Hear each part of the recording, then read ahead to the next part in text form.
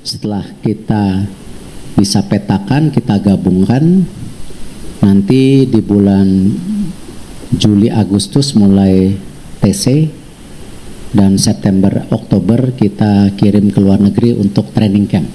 Nah, oke teman-teman, kali ini saya akan kembali lagi ya membahas mengenai kabar terbaru dari Timnas Indonesia, dan di sini mungkin saya akan memfokuskan ya bagaimana perkembangan Timnas saat ini untuk di Piala Dunia U17 ya. Memang banyak sekali ya saat ini yang bertanya kepada saya, "Bang, tolong carikan pemain-pemain keturunan potensial yang memang di saat waktu yang sangat mepet ini, kurang lebih kita masih memiliki kurang lebih 5 bulan untuk mempersiapkan tim, dan apakah bisa para pemain-pemain keturunan ini membela Indonesia tanpa seribet seperti yang kita ketahui ya. Banyak sekali yang diurus sehingga membutuhkan waktu yang lama sehingga pemain itu gagal atau telat bergabung bersama timnas. Nah, di sini saya akan mengumpulkan beberapa pemain keturunan yang memang ini bisa membela timnas tanpa harus dinaturalisasi.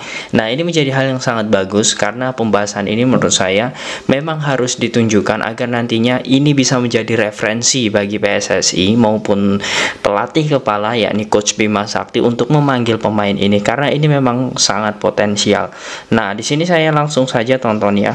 Yang pertama tentu di sini saya akan memperlihatkan terlebih dahulu, saya akan memetik benang merahnya terlebih dahulu biar nantinya tidak ada kontra.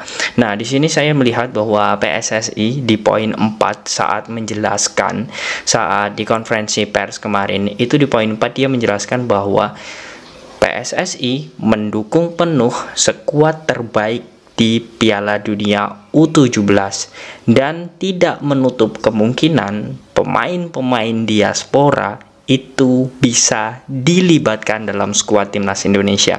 Nah, itu saya menjelaskannya sedikit pelan kemudian lambat agar kita semua paham ya. Artinya di skuad 17 ini bisa kemungkinan besar tidak lokal pride ya, dalam artian semua pemain baik itu lokal maupun keturunan ini akan berada di skuad U17. Nah, kemudian di sini saya langsung saja. Yang pertama ada pemain yang memang memiliki darah keturunan Indonesia dan ini memiliki darah keturunan kental. Dia adalah sosok Welber Scott Halim Djardim. Nah, memang pemain ini mungkin banyak yang sudah mengetahui ya. Memang ini menjadi pemain yang sangat luar biasa. Dirinya saat ini memang memiliki usia 16 tahun dan dirinya memang memiliki darah kental Indonesia itu dari sang ibu. Nah, ibunya ini memang asli Kalimantan ya, dan dia memang lahir pun juga di Kalimantan. Dirinya tanpa harus melakukan proses naturalisasi, memang pemain ini bisa untuk membela Indonesia. Nah, sebelum kita lebih jauh, ternyata pemain ini memiliki prestasi yang sangat luar biasa, teman-teman. Welber Halim Djardim ini memang menjelma menjadi bintang top di Sao Paulo di klubnya saat ini. Nah, dia pernah menjuarai beberapa prestasi yang sangat gemilang, yakni Gothia Cup di Swedia tahun 2019, kemudian Adidas Medefist di Prancis, dan juga beberapa kejuaraan dunia lainnya yang pernah dia raih bersama Sao Paulo. Nah, dia pun memang saat ini menjadi idaman ya bagi Sao Paulo karena Sao Paulo pun memuji permainan Welem Djardim ini untuk bisa menjadi skuad inti nantinya di usia yang masih relatif muda. Di 18 tahun dia dijanjikan oleh Sao Paulo untuk bisa masuk di skuad inti. Artinya memang pemain ini bukan pemain sembarangan, teman-teman. Dan yang sangat luar biasa dari sosok Halim Djardim ini, orang tuanya pun sudah mendukung penuh keputusan dirinya untuk bisa memilih Indonesia. Ya, karena kita ketahui secara historikal ya, orang tua dari Halim Djardim ini atau Welber Halim Djardim ini memang sudah lama di Indonesia, dan sang ayah ini ternyata juga sudah pernah bahkan malang melintang bermain di Liga Indonesia, yakni El Sanggelo de Jesus. Nah, mungkin kebanyakan dari pecinta sepak bola ISL ya di tahun 2008 sampai kurun waktu 2011 sudah tidak asing ya, karena Elly Sanggelo ini sudah bermain untuk Persiba, kemudian Persikap Kabupaten Bandung, kemudian beberapa klub-klub lainnya yang pernah dia bela seperti Persisam pada waktu itu. Nah, memang Kalimantan ini bagaikan rumah bagi Welber Halim Jardim ini karena memang dirinya sudah lama tinggal di sini. Nah, kemudian di sini yang kedua, ada pemain keturunan lain yang memang ini bisa membela timnas tanpa harus dinaturalisasi. Nah, sebenarnya ini menjadi hal yang sangat luar biasa menurut saya, karena untuk pemain kedua ini dia langsung menjadi didikan dari legenda dari Belanda, yakni Wesley Sneijder. Nah, tentu kita sudah tidak asing dengan sosok Wesley Sneijder ini. Dia memang menjadi pemain yang sangat luar biasa dan juga memang memiliki salah satu klub sepak bola terbesar, yakni FC Dordrecht. Nah, FC Dordrecht ini juga saat ini dibela oleh pemain yang menurut saya ini bukan hanya pemain bukan pemain keturunan, tetapi ini pemain Indonesia yang lahir di Belanda, kemudian besar di Belanda, kemudian dia memang fasih dengan bahasa Belanda, lingkungan Belanda, sehingga dirinya seperti menyatu dengan negara Belanda. Namun ternyata setelah saya melihat, ternyata orang tuanya itu dari Kuningan. Nah, ini artinya apa? Memang pemain ini dari segi wajahnya saja sudah terlihat dia adalah pemain Indonesia. Ya, dia adalah sosok Mahesa Ekayanto. Usianya juga sangat muda, yakni masih 16 tahun. Nah, dirinya memang lahir di Belanda, dia besar di Belanda, kemudian dia juga baru-baru ini mendapatkan penghargaan back terbaik ya di usia U17 di kompetisi Liga Belanda. Artinya memang dirinya ini menjadi, bisa dibilang ini adalah prospek bagi Indonesia karena kedua orang tuanya ini adalah orang Indonesia. Nah, di sini langsung saja saya akan membahas mengapa kedua pemain ini tanpa harus ribet dinaturalisasi bisa membela timnas. Yang pertama tentu karena di sini saya melihat untuk kasus dari Welber Scott Halim Jardim ya. Di pasal 12 tahun 2006 itu sudah dijelaskan bahwa sebenarnya pemain yang lahir di Indonesia ya, pemain atau seseorang yang lahir di Indonesia kemudian pindah di luar negeri selagi usianya memang masih di bawah 21 tahun, itu dia masih tercatat dalam kependudukan Indonesia.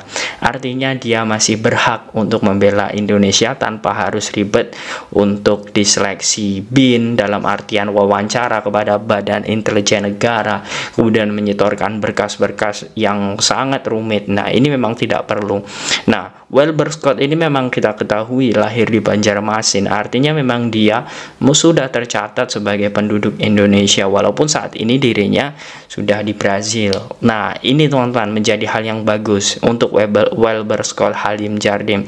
Nah, kemudian untuk satunya lagi yakni Mahesa Ekayanto ini juga tidak perlu dinaturalisasi karena memang yang pertama faktornya adalah kedua orang tuanya ini adalah asli Indonesia. Nah, ini menjadi faktor pertama. Kemudian yang kedua, ternyata Belanda ini menganut ius sanguinis. Nah, mungkin bagi teman-teman yang pernah belajar di masa SMA sudah tahu ya bahwa ketika memang orang itu lahir di Belanda, asas ius sanguinis ini memang menuntut atau menerapkan di mana orang tuanya dilahirkan. Nah, artinya memang orang tua dari Eka atau Mahesa Ekayanto ini memang asli Indonesia. Jadi secara otomatis untuk saat ini di usianya yang relatif muda, dia masih bisa untuk langsung mengikuti kewarganegaraan orang tuanya. Nah, itulah teman-teman kemudahan dari kedua pemain ini mengapa tidak perlu dinaturalisasi. Nah, ini hanya sekedar edukasi kepada teman-teman semua dan juga nanti PSSI mungkin jika ingin menaturalisasi beberapa pemain, mungkin kita Kalau ada yang mudah, mengapa kita cari yang sulit? Nah, seperti itulah kurang lebih logikanya. Kemudian jika ada yang berkualitas, kemudian memiliki performa top saat ini di Eropa maupun di Amerika seperti Wilbur Scott ini, tentu kenapa kita harus mencari yang memang sulit dijangkau dengan prospek timnas yang harus mengejar 5 bulan kurang lebih persiapan ini. Nah, artinya memang dari PSSI sendiri dan juga pelatih timnas ini juga harus mempersiapkan bagaimana komponen-komponen kekuatan timnas Indonesia. Setidaknya kita sudah lega dengan adanya 2 pemain yang bisa membela timnas tanpa harus dinaturalisasi dan memang memiliki peluang besar untuk membela Indonesia. Nah, kemudian untuk selanjutnya, teman-teman, saya melihat bahwa sebenarnya ini akan menjadi hal yang sangat luar biasa jika skuad timnas Indonesia U17 itu segera terbentuk. Mengapa demikian? Karena kita ketahui ya, kita pernah juara Piala AFF waktu di Sleman atau di Yogyakarta kemarin U16. Kemudian walaupun kita gagal di kualifikasi Piala Asia, menurut saya permasalahan timnas Indonesia itu bukan berarti di taktik maupun skill, tetapi di pembenahan mental. Nah, mental inilah nantinya yang bisa mengangkat bagaimana timnas Indonesia bisa berkembang untuk di Piala Dunia. Ditambah lagi saya sangat respect dan sangat setuju sekali dengan PSSI di sini dalam hal ini, karena PSSI sudah memberikan ruang kepada Coach Bima Sakti untuk bisa mencari pengalaman sebanyak-banyaknya untuk di Piala Dunia U17 kali ini. Namun dalam tanda kutip, PSSI tidak membiarkan Coach Bima bekerja sendiri. Nah, di sini saya melihat dari beberapa media dan juga data dari PSSI ingin mencari bagaimana sosok pendamping yang tepat untuk Coach Bima Sakti, dan itu 80% dari orang luar, dalam artian ya untuk pelatih lokal, pelatih kepala ini akan dipimpin oleh Bima Sakti. Namun untuk asisten dan lain sebagainya, kita akan bisa melihat gebrakan yang akan ditunjukkan PSSI untuk bisa menimba dan juga bagaimana memberikan ilmu kepada pemain-pemain timnas U17. Dan di akhir bulan nanti, di Juli awal lah kita bilang ya, bahwa PSSI akan memulai training camp di Eropa untuk timnas U17. Nah, ini menjadi hal yang sangat bagus dan patut kita tunggu untuk skuad timnas Indonesia. Dan saya berharap sekali dengan tanpa harus dinaturalisasi kedua pemain ini, diharapkan PSSI mampu untuk bisa membuat gebrakan baru dengan mendatangkan kedua pemain ini dengan negosiasi yang memang harus dilakukan oleh PSSI dan juga pihak orang tua. Nah, bagaimana menurut kalian teman-teman dengan adanya 2 pemain keturunan atau memang pemain Indonesia yang memang berkarir di luar negeri yang tanpa harus dinaturalisasi ini? Apakah kalian setuju? Jika 2 pemain ini membela timnas Indonesia, silahkan kalian tulis di kolom komentar.